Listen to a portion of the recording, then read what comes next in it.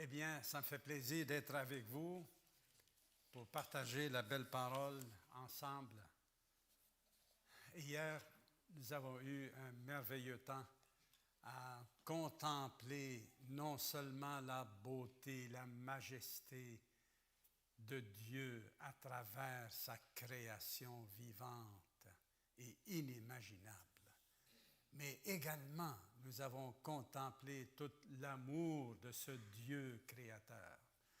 Cet amour qui l'a amené à envoyer son Fils unique Jésus pour racheter l'humanité de ses fautes, de ses péchés et de leur donner la vie éternelle. C'est pour ça qu'on existe. Toute l'Église existe pour faire connaître Dieu et pour faire connaître Jésus. Tout le reste vient avec, mais ça c'est notre raison d'être. Nous existons pour la gloire de Dieu, pour le révéler, pour après l'avoir expérimenté. Si on n'expérimente pas la bonté de Dieu, l'amour de Dieu dans nos cœurs, eh bien c'est juste de la religion que nous faisons et ce n'est pas ça qu'on fait. Parce que Christ a habité et il habite parmi les siens.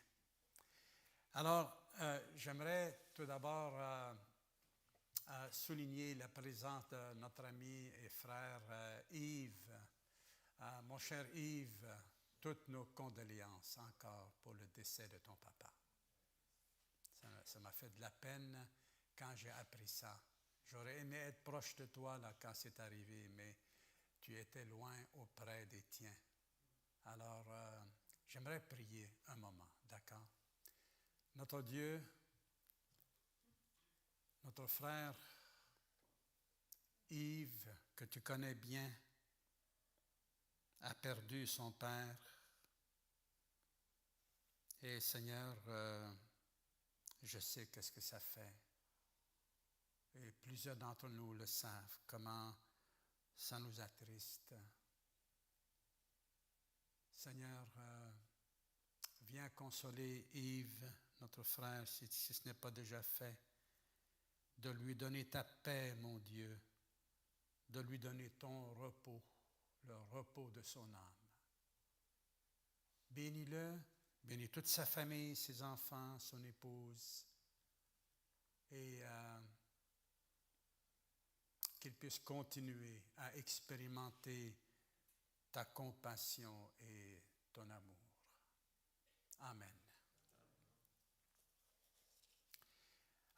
J'ai appris ce matin que nos frères qui ont présenté la signature du Créateur hier, ils offrent aux membres de l'Église, si vous désirez qu'ils viennent chez vous faire la présentation, ils sont disponibles. Il s'agit juste de vous entendre avec eux. C'est une très bonne idée, c'est extraordinaire qu'ils fassent une telle offre. Et ça vous donne si vous voulez réunir votre famille, par exemple, hein, je donne ça des idées comme ça, là. Et là, d'inviter ces frères-là pour faire la présentation aux membres de votre famille, c'est une très bonne idée, hein? Ou vos voisins, ou des amis, ou n'importe qui, là. Alors, gloire à Dieu pour nos frères qui servent le Seigneur un cœur pur. Je vais juste vous lancer ça comme ça. Ils ne voulaient pas qu'on paye quoi que ce soit, mais j'ai insisté. Et finalement, ils ont dû louer de l'équipement qui a coûté 740 quelques dollars. Alors, nous, on avait prévu un budget de 500 dollars pour l'événement. Donc, on va leur faire un chèque de 500 dollars. Mais si vous avez à cœur de contribuer pour la balance, vous pouvez faire un don ou rencontrer Gérald, peut-être. On va acheminer ça pour combler au moins ce besoin-là. D'accord? Puis ce sera un encouragement pour eux. Donc, notre prochain événement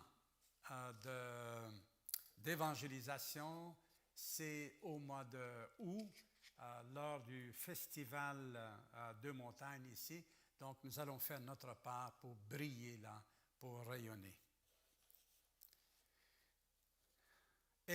Pas Exode, mais Galates, chapitre 4, versets 1 à 31. Galates, chapitre 4,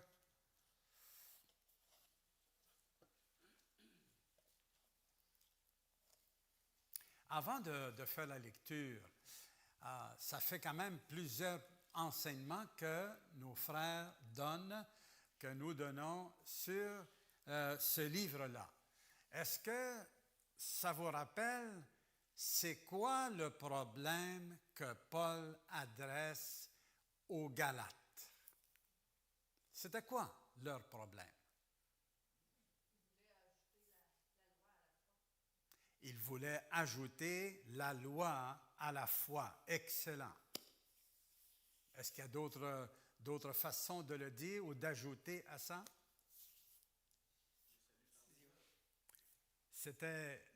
Ils voulaient revenir au salut par les œuvres, par l'observation des œuvres de la loi. Alors, et Paul il dit quoi là-dessus? C'est-tu correct, ça, d'essayer de gagner son ciel par la pratique des œuvres? C'est quoi que Paul dit?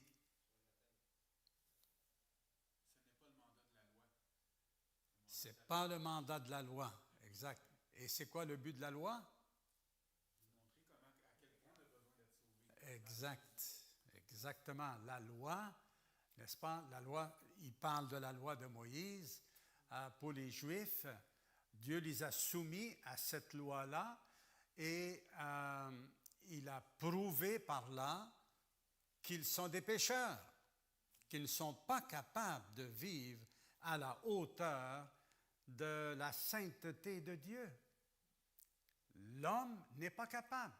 Dieu lui a donné des milliers d'années pour faire ses preuves et il a échoué. Regardez le monde dans lequel on vit aujourd'hui. C'est l'amour qui est répandu. Alors, donc, Paul, il continue, son point est déjà fait, mais il en rajoute, comme on va voir, ajoute d'autres arguments, d'autres façons d'adresser le problème et pour les affermir dans la conviction certaine de la foi en Jésus-Christ pour être sauvés. Alors, verset 1, chapitre 4. Voici ce que je veux dire. Aussi longtemps que l'héritier est un enfant, il ne diffère en rien d'un esclave, quoiqu'il soit le maître de tout. Il est soumis à des tuteurs et à des administrateurs jusqu'au moment fixé par son Père. Nous aussi, de la même manière, lorsque nous étions des enfants, nous étions esclaves des principes élémentaires qui régissent le monde. Mais lorsque le moment est vraiment venu, Dieu a envoyé son Fils, né d'une femme, né sous la loi, pour quoi faire? Racheter ceux qui étaient sous la loi, afin que nous recevions le statut d'enfants adoptifs. Et parce que vous êtes ses fils, Dieu a envoyé dans votre cœur l'esprit de son Fils qui crie « Abba, Père ». Ainsi, tu n'es plus esclave, mais fils. Et si tu es fils, tu es aussi l'héritier de Dieu par Christ. Wow! Ça me donne la chair de poule. Avant de plonger dans ce passage, j'aimerais faire reculer un petit peu en arrière pour compléter un peu l'enseignement que j'avais donné il y a 2 semaines, mais qui est toujours d'actualité. Pourquoi ces Juifs qui avaient cru en Jésus voulaient imposé aux chrétiens d'origine païenne de se faire circoncire et de les obliger à observer la loi. Pourquoi?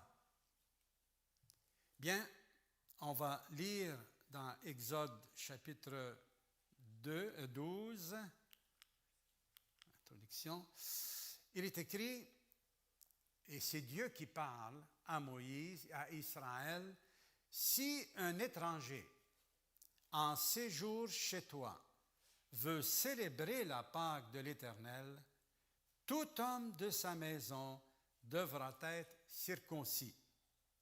Alors, il pourra s'approcher pour la célébrer et il sera, comment? Comme l'Israélite. Mais aucun incirconcis n'en mangera.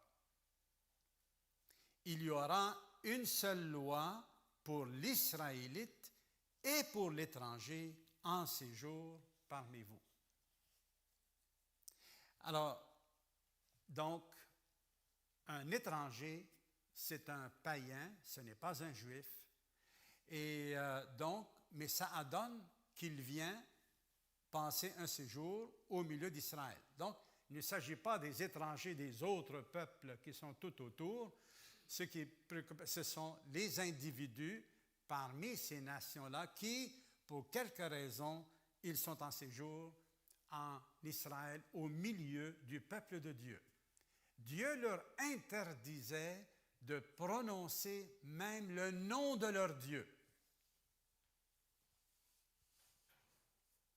Il leur interdisait de pratiquer leur religion au milieu du peuple de Dieu. Il n'y avait pas de liberté religieuse.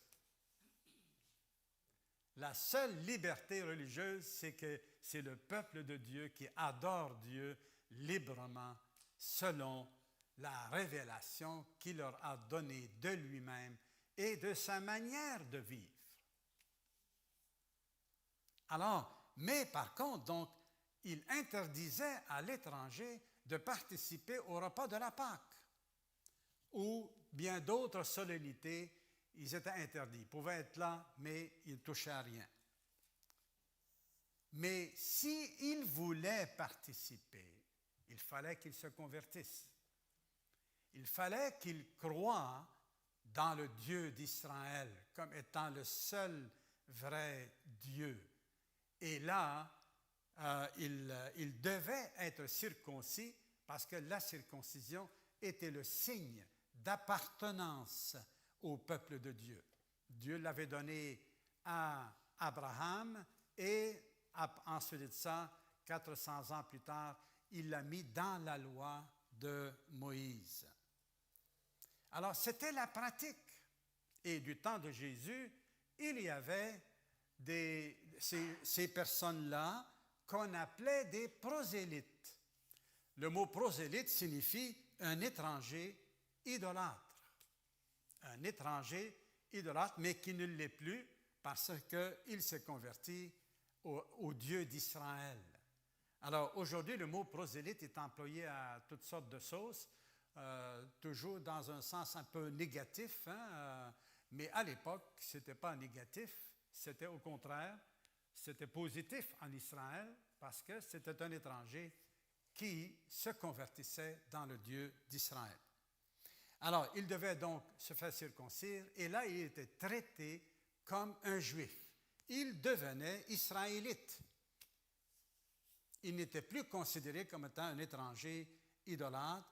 Il était bienvenu, il participait à la Pâque, il participait à tout, il offrait des sacrifices, respectait les sabbats et toutes les fêtes et tout ça.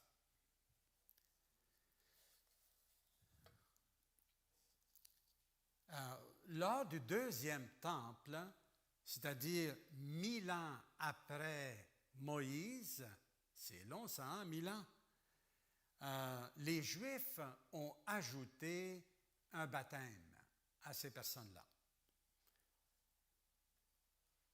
Dans le Nouveau Testament, on voit le mot prosélyte utilisé quelquefois. Tout d'abord, Jésus qui fait un reproche aux scribes et aux pharisiens. Il leur dit, vous courez le monde entier pour faire un prosélyte, mais vous en faites un fils de la perdition encore 2 fois plus que vous autres.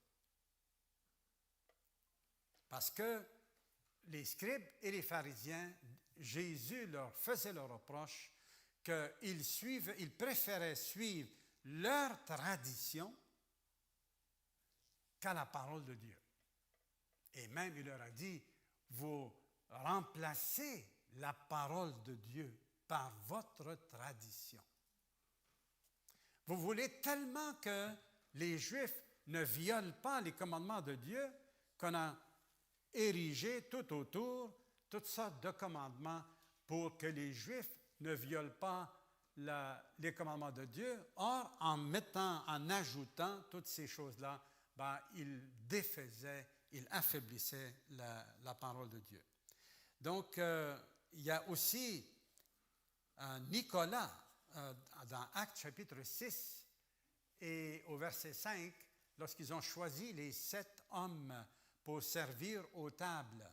Un de ceux-là, il s'appelle Nicolas, et c'est un non-juif d'Antioche, en Syrie, qui s'était converti. C'est comme ça que c'était écrit. C'est écrit dans Actes chapitre 6, verset 5. Donc, en voilà un qui s'est converti.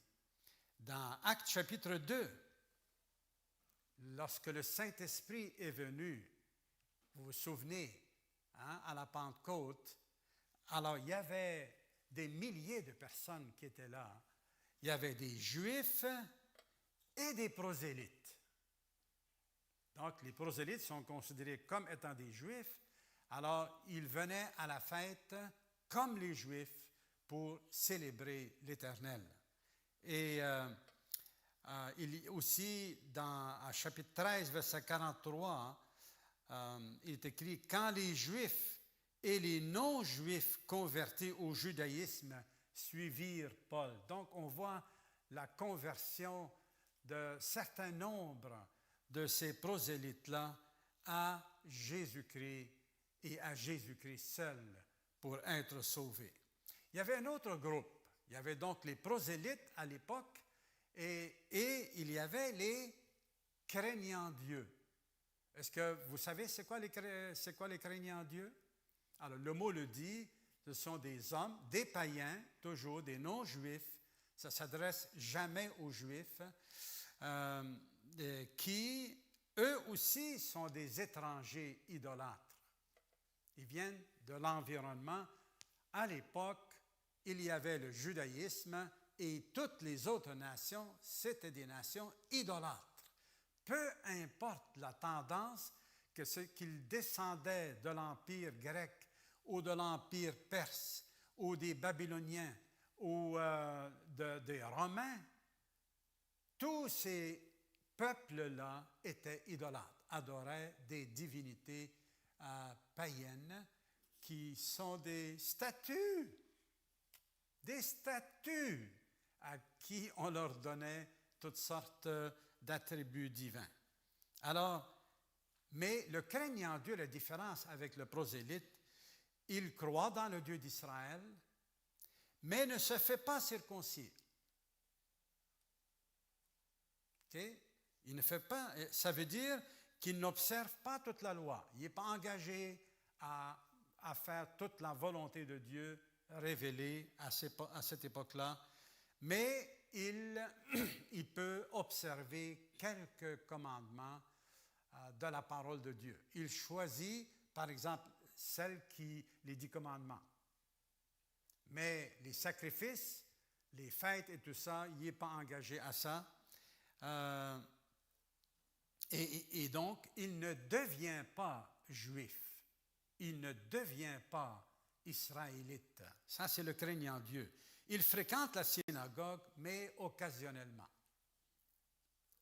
Certains parmi eux sont très pieux, ces craignants Dieu. Par exemple, dans Actes chapitre 10, le texte parle de Nicodème. Nicodème, il est écrit, c'est un craignant Dieu. C'est un soldat romain mais au contact des Juifs, en vivant parmi eux, en les écoutant parler de ce Dieu-là, en les voyant, etc., il est venu à dire, oui, le Dieu d'Israël, c'est vraiment le seul vrai Dieu. Alors, il y en avait qui étaient très pieux, mais ils ne devenaient pas juifs.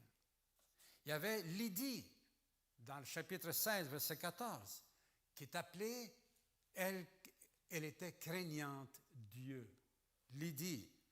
Il y avait une multitude de Grecs dans le chapitre 17, toujours des Actes, verset 17, verset 4, une multitude de Grecs craignant Dieu qui étaient présents et qui, un certain nombre, ont cru en Christ.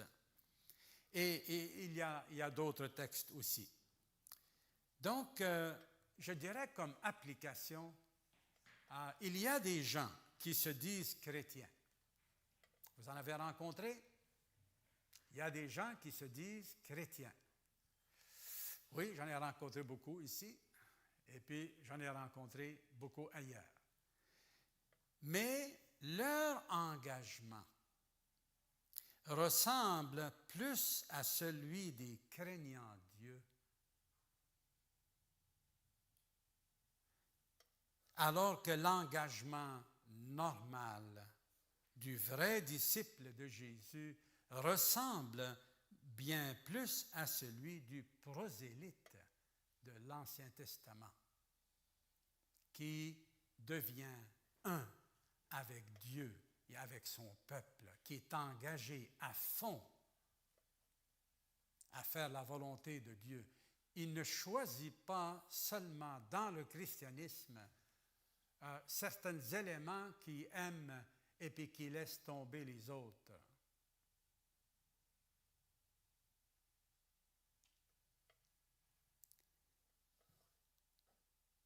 L'apôtre Paul a dit aux chrétiens de Thessalonique, « Vous vous êtes convertis à Dieu en abandonnant les idoles. » Vous les avez abandonnés, les idoles. Et le style de vie qui va avec. Pour servir le Dieu vivant et vrai et en attendant son Fils qui vient des cieux. Jésus ne viendra pas de la terre. C'est pour ça qu'il dit, si on vous dit, il est dans le désert, n'y allez pas. Si on vous dit, il est tel endroit, n'y allez pas. Il ne viendra pas de la terre. OK? Alors, ceux qui attendent qu'il vienne de la terre, ils vont être séduits, ils vont être trompés. Parce que quand Jésus va revenir, il va fracasser le ciel. Il va descendre avec des millions et des millions d'anges et son Église sera avec lui.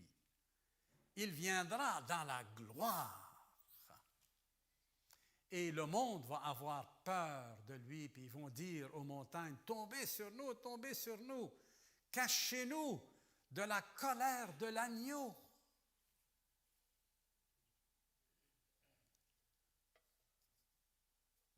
Quoique l'agneau, il est amour,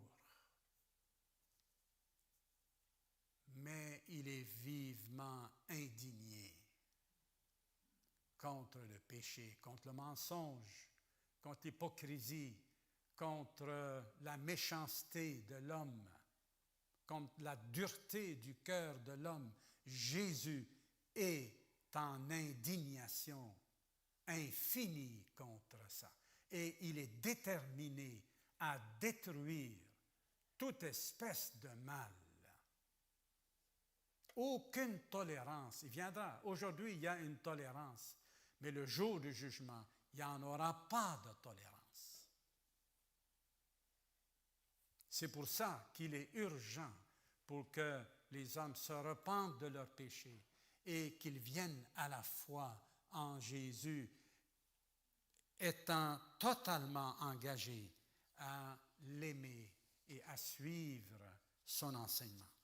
Il a dit dans Matthieu 28, 19, « Enseignez à ses disciples, enseignez-leur à observer quelques-uns de mes enseignements. »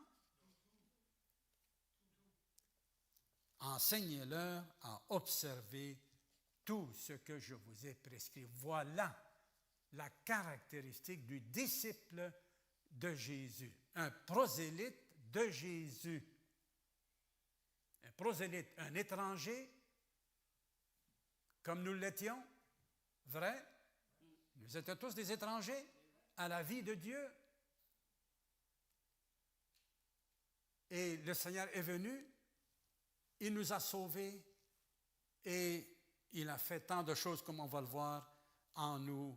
Mais la caractéristique, c'est le prosélyte de Jésus, un croyant engagé à observer tout l'enseignement de Jésus. Quand le Seigneur Jésus dit « Aimez vos ennemis », c'est un ordre qu'il donne à ses disciples. On ne peut pas sauter par-dessus, là. Et en disant « Ah, moi, je ne suis pas capable, puis je ne suis pas capable, puis je ne suis pas capable. » C'est pour ça que tu as besoin de repentance, parce que tu n'es pas capable, parce que ton cœur est dur, parce que ton cœur est méchant, c'est pour ça. Nous avons besoin de nous repentir de notre incapacité d'aimer nos ennemis, de rendre le bien pour le mal, de pardonner. C'est un ordre que Jésus donne là. Alors, pour le craignant Dieu, les commandements un peu trop compliqués, il va sauter par-dessus. Sommes-nous des prosélytes de Jésus ou comme des craignants Dieu?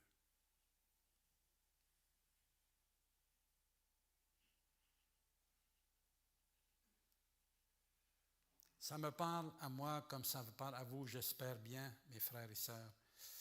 Et donc, pour les judaïsants, ceux qui voulaient forcer les chrétiens païens, des non-juifs, il dit, OK, tu crois en Dieu maintenant?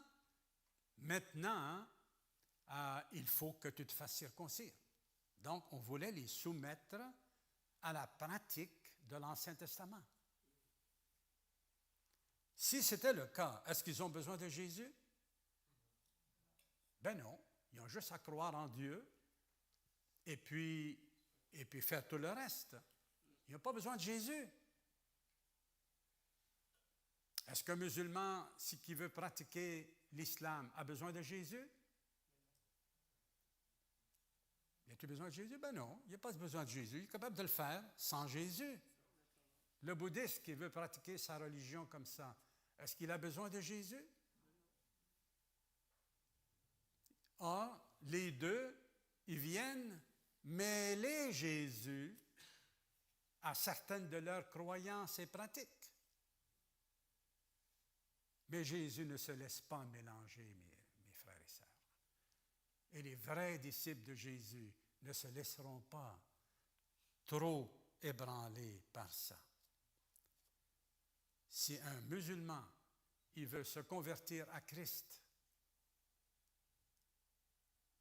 et puis continuer à pratiquer son islam, est-ce qu'il est sauvé? Paul dit, vous êtes séparés de Christ. Ils ont beau dire, qu'est-ce qu'ils veulent dire? Nous, on a cru quand même, là. Paul dit, vous êtes séparés de Christ, vous qui cherchez à plaire à Dieu par les œuvres de votre loi. Vous êtes séparés de Christ. Il n'y a pas de place pour le milieu, là. Quand un bébé arrive au monde, soit qu'il est vivant, soit qu'il n'est pas encore né, soit qu'il est mort-né, malheureusement ça peut arriver, mais dans le principe normal, il est vivant ou il ne l'est pas. Vrai? Bon, c'est comme ça pour la nouvelle naissance. Soit qu'on est né de nouveau, soit qu'on ne l'est pas. Des fois, on a de la misère à discerner, mais c'est quand même. Et dans le fond, c'est diabolique quand on cherche à ajouter, à mélanger Jésus à toutes sortes de croyances qui ne viennent pas de lui et de son enseignement. C'est diabolique. C'est aveugler l'intelligence des païens, comme dit l'apôtre Paul dans 2 Corinthiens, chapitre 4, pour aveugler les hommes en ce qui concerne la véracité et la gloire de Dieu sur Jésus. Parce que Jésus a révélé la gloire de Dieu par les miracles extraordinaires qu'il a fait, que personne n'a fait là, d'une manière répétée pendant 3 ans et demi. Il a révélé la gloire de Dieu par ses prières, par sa soumission à la volonté de Dieu.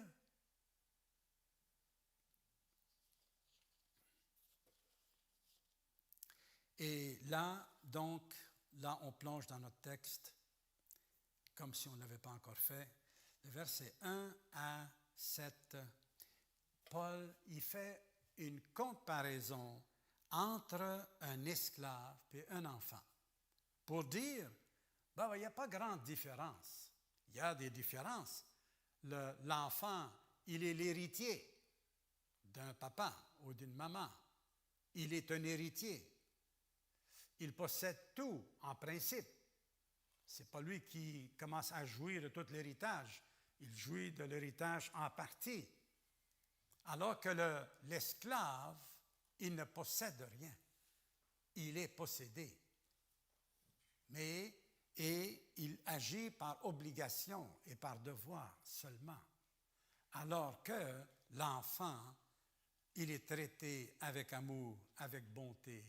Et le Père va le préparer à devenir responsable assez pour qu'il lui commence à lui confier des responsabilités et une partie de son héritage après son départ. Alors, et donc, il met l'emphase sur le fait, pour les Juifs, ils étaient comme un enfant soumis à la loi. Et la loi conduit vers Jésus, donc vers la liberté, vers un changement de statut. Comme je l'ai mis tout à l'heure, d'esclave à adopté. Du statut d'esclave à un statut de fils adoptif. Si tu appartiens à Jésus, tu changes de statut. J'aime ça. Parce que tout est une question de statut, là. Si tu es un enfant adoptif, tu hérites de Dieu la vie éternelle, la gloire, un corps flambant neuf à la résurrection, tu hérites de ça. C'est gratuit. Mais si tu n'appartiens pas à Jésus, tu es encore un esclave. Et si tu n'étais pas esclave de la loi, comme les Juifs l'étaient, tu es esclave du péché et de la mort. Tu es esclave du péché et de la mort, mon ami. Sans Christ, c'est ton statut. Sans Christ, c'est notre réalité. Est-ce que c'est ça que le texte dit? Oui ou non? Vous n'êtes pas convaincu, hein? Je vais chercher à vous convaincre. Je ne vous laisserai pas là. Donc, il dit, verset 4, « Mais lorsque le moment est vraiment venu, Dieu a envoyé son Fils, né d'une femme. » C'est comme ça que Jésus est devenu Fils de l'homme. Né sous la loi pour racheter ceux qui étaient sous la loi. L'expression « racheter ». Un esclave, il est comme vendu. Et à l'époque, si, mettons que tu avais besoin, comme on fait un peu aujourd'hui, si tu as besoin de quelqu'un qui était habile dans la menuiserie, tu vas au centre de l'emploi pour trouver quelqu'un. À l'époque, tu avais besoin d'hommes habiles là-dedans, tu vas sur le marché d'esclaves, en ville. Et là, on te présente des hommes et des femmes de différentes capacités. Et là, tu choisis un esclave qui est bon en menuiserie. Et là, tu l'achètes. Tu paies un prix et tu l'achètes. Comme on fait avec les joueurs de hockey, là. Qu'est-ce qu'on fait, là?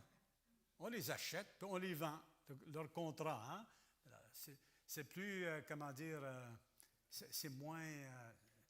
ça fait professionnel de dire, c'est le contrat. Tu sais, ils vendent le contrat, mais c'est le joueur qu'ils achètent. Vrai? Au moins, le joueur, il en profite. Il reçoit quelques millions. Hein? Alors que l'esclave, à l'époque, ne recevait rien. C'était manger et boire, et puis tu travailles. Et là, la comparaison ici, c'est que les hommes sont esclaves. Pour les Juifs, esclaves de la loi, mais esclaves également du péché et de la mort. Tous ont péché et sont privés de la gloire de Dieu. Il faut insister sur cette vérité pour comprendre la valeur de la croix, la valeur de l'amour de Dieu à la croix, mes amis. Si on ne comprend pas dans quel état on était, c'est pas long que l'orgueil va nous reprendre, là. L'orgueil de la vie va reprendre le dessus. Puis on pense que c'est normal que Jésus m'a sauvé. Après tout, je n'étais pas une mauvaise personne, là, tu sais. Après tout, je faisais quand même des bonnes choses avant. J'étais là. C'était mon attitude. Je me voyais pas pécheur tant que ça, là. Puis quand le pasteur m'a dit, monsieur, vous êtes un menteur, j'ai failli lui dire, monsieur, Laporte, mais par respect, je ne l'ai pas fait. Mais c'est la parole de Dieu qui m'a convaincu. C'est parce que juste Dieu dit, tu es un pécheur. Peu importe ce que le pasteur dit ou ne dit pas. Dieu dit, tu mérites la mort. Dieu dit, tu mérites l'enfer. Là, j'ai vu toute une distance entre moi et Dieu. C'est la vérité. Il ne faut pas avoir peur de donner la vérité aux gens. On les prive du salut si on ne leur dit pas la vérité, si on ne leur montre pas ça là. On les prive de la connaissance de la vérité. Et Jésus a dit, c'est la vérité qui vous affranchira. Alors, on a juste à simplement montrer qu'est-ce que Dieu dit. Ce n'est pas nous qui jugeons. Ce n'est pas moi qui juge, là. C'est Dieu qui juge. Je vais juste mentionner qu'est-ce qu'il dit. Et donc, quand les temps furent accomplis, Christ est venu. Est-ce que Dieu est planifié? Est-ce que Dieu, c'est juste un Dieu de hasard? Juste de spontanéité? C'est juste quand c'est spontané que c'est l'Esprit de Dieu qui travaille là. Mais si c'est planifié, c'est comme si l'Esprit de Dieu n'est pas là-dedans. Si on a cette pensée-là, frères et sœurs, abandonnons ça là. C'est pas vrai. C'est pas vrai. Dieu est un Dieu d'ordre. Et c'est ça qu'il... Le culte est cadré, il est organisé dans l'ordre. Dans le désordre, non, Dieu n'est pas là.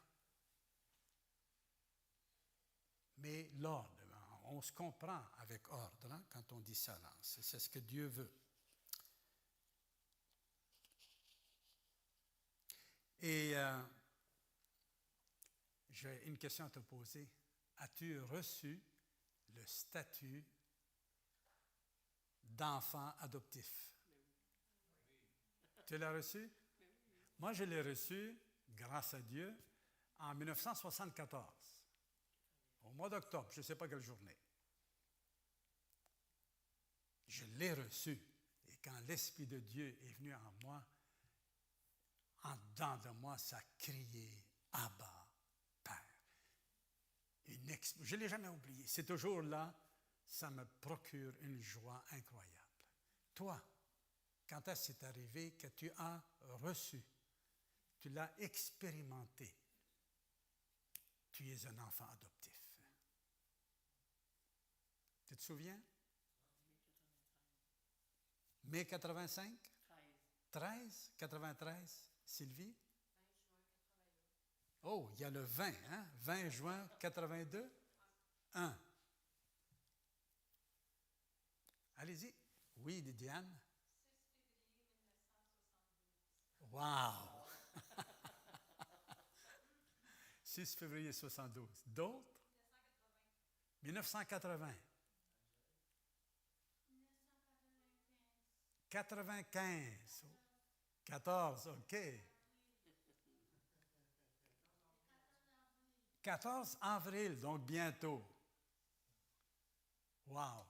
Souvenez-vous du jour où vous avez reçu le témoignage de l'Esprit de Dieu que tu es un enfant adoptif. Et par le fait même, tu deviens héritier de Dieu et co-héritier de Christ. Et le Père a tout remis entre les mains de son Fils. Il lui a tout donné.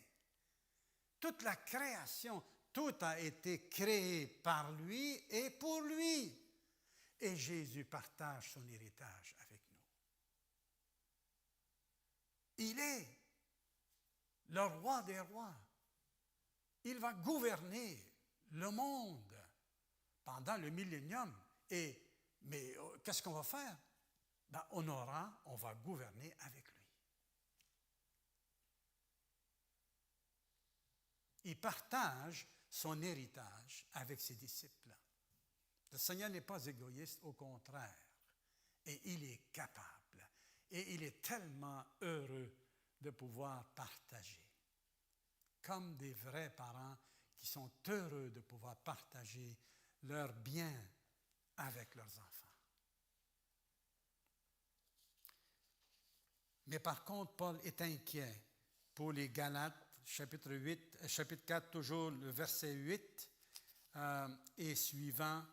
Il dit, « Autrefois, vous ne connaissiez pas Dieu, mais vous serviez des dieux par nature qui ne le sont pas. » Donc, si les Juifs étaient esclaves de la loi, les païens étaient esclaves des faux dieux, de tous les enseignements relatifs aux faux dieux. Il dit, vous leur serviez. Vous faisiez qu'est-ce qu'ils vous disaient. Les Juifs faisaient qu'est-ce que Dieu disait, mais les païens faisaient qu'est-ce que les divinités païennes disaient. Mais maintenant que vous avez connu Dieu, le vrai Dieu, vous l'avez connu, ou plutôt que vous avez été connus de Dieu. Est-ce que ici le mot connaître, autant dans un sens que dans l'autre, c'est uniquement, ça rapporte au savoir? Est-ce que Dieu, il faisait juste savoir qu'on existait lorsqu'il dit vous avez été connus de Dieu? Qu'est-ce que ça implique ici, le mot connaître, que Dieu nous a connus? Une relation personnelle. Une intimité. Donc, c'est une connaissance par expérience également, et non pas par le savoir seulement intellectuel. Dieu nous aime. Et première chose qu'il fait quand l'Esprit de Dieu vient en nous, papa. Identité. Identité. Dieu m'identifie à lui. Il m'appelle mon fils. c'est fait.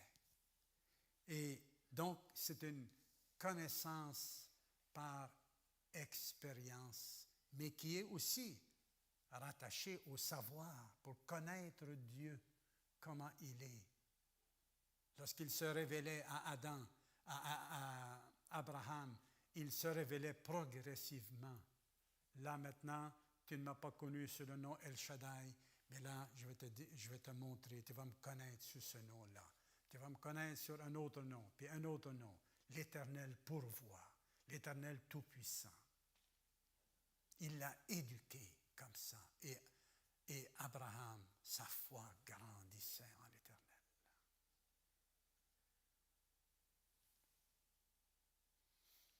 La liberté de s'approcher de Dieu. Tu es un fils adoptif, tu as accès à ton papa. Tu as accès à ton papa. Réalises-tu ça? Tu as le droit.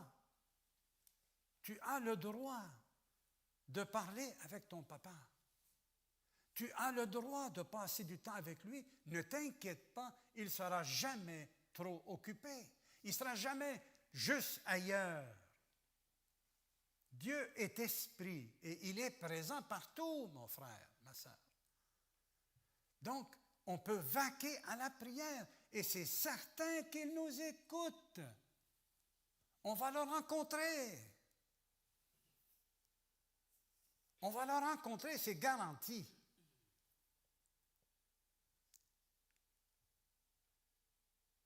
Ne nous privons pas de ce privilège-là, de cette liberté. Quand on parle de liberté, ce n'est pas juste est-ce que je suis libre de boire du vin ou pas du vin. C'est quoi ça? C'est tellement accessoire. La vraie liberté, c'est la liberté de s'approcher de Dieu. Ça, c'est la liberté des enfants de Dieu. De prier Dieu et qu'il nous écoute, d'avoir accès à lui, d'avoir son oreille, d'avoir son attention.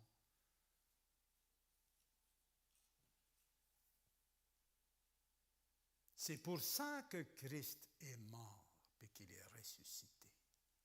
C'est pour cette liberté-là. On sort de prison. Nous ne sommes plus esclaves, mais fils adoptifs.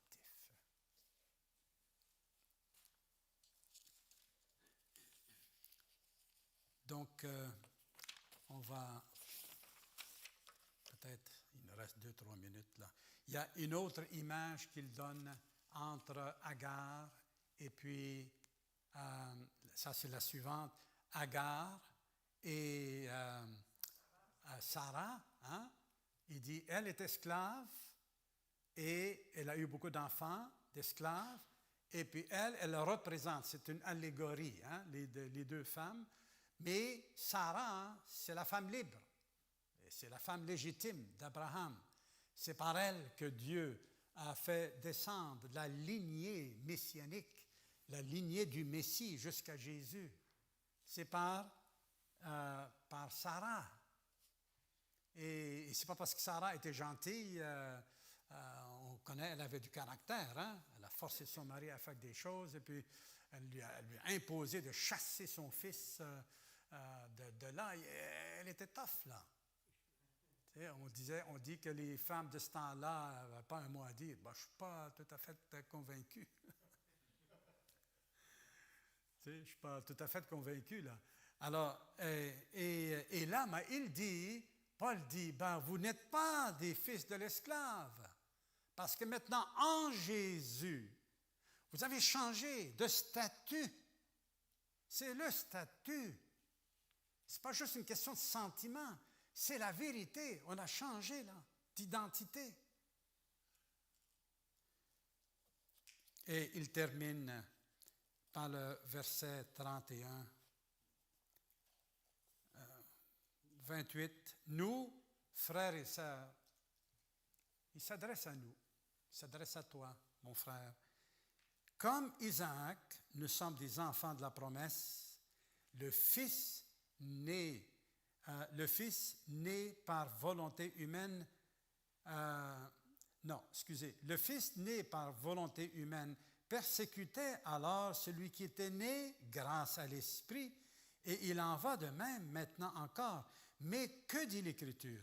Chasse l'esclave et son fils, car le fils de l'esclave n'héritera pas avec le fils de la femme libre.